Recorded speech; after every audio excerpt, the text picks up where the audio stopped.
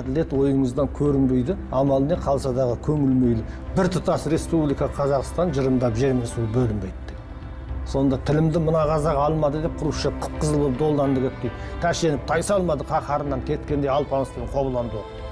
Ал себебі Хрущевтің ол кезде Хрущевқа қарсы тұру оңай болмаған, бұл Сталиннен кейінгі толға болған. Білесіз, бұл Біріккен ұлттар ұйымының ол кезде Лига наций дейді, сонда сөйлегенде аяғындағы туфлиін шешіп алып үстел тұрған ғой. Бүкіл Американ діріл кеткен. Я вам покажу Пушкину мать деген.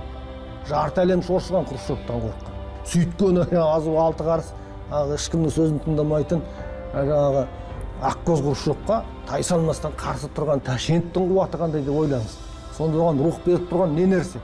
Ол мына туған жеріне деген, еліне деген махаббаты, әр үлкен сана, үлкен түйсік, үлкен ой ғой.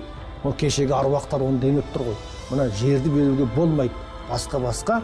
Ал егер сонда ол көне салса, Тәшеновке алтын жұлдыз да берілмеді, одан да жоғары көтерілмеді, арқасынан қағармеді, ол тайраңдап жүрмеді мысалы. Өзі жеке басына. Хрущев айтты, мен сенің қаулыңа қарамаймын. Мен ерегіскенде үкімді Москвадан шығартамындағы осылай ала салам деген ғой. Сонда Хрущевқа Тәшенов айтқан, сіз үйтетін болсаңыз, мен сізді Гаагадағы халықаралық сотқа беремін.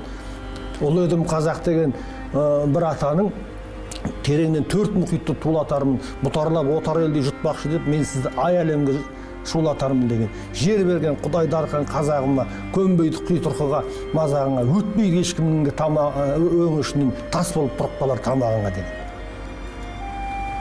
Маған десең, отқа өртте пісіріп же, түрменің түбін өттік, бәрібір бұл ойын жүзеге аспайды, мұндай мәселені айтпақ түгіл күн тәртібіне қоюға болмайды деп қасарысып тұрып алған.